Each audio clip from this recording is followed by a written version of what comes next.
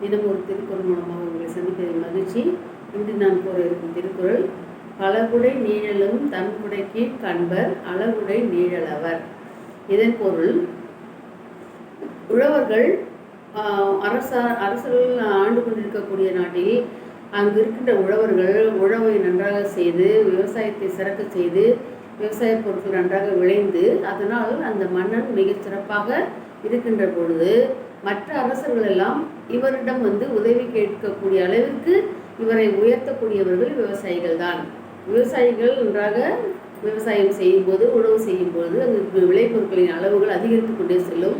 ஆகையால் அந்த அரசன் செல்வாக்கு மிகுந்தவனாக, செல்வம் மிகுந்தவனாக இருப்பான்.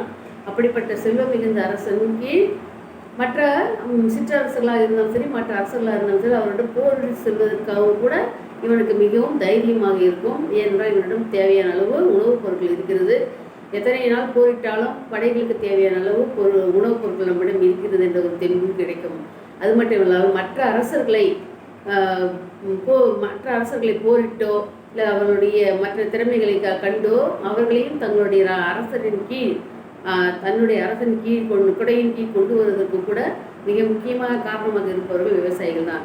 விவசாயிகள் நன்றாக இருக்கிற பொழுது அந்த அரசன் வளமாக இருப்பான். வளமாக இருந்து மற்ற அரசர்களை அடிமைப்படுத்துவான். மற்ற அரசர்கள் தன் குடையின் கீழ் இருக்குமாறு அவர்களை வசப்படுத்துவான். அவர்களுக்கு தேவையானதை கொடுத்து தம் குடையின் கீழ் கொண்டு வருவான். அதற்கு காரணமாக இருப்பவர்கள் கூட இந்த விவசாயிகள் தான், உழவர்கள் தான்.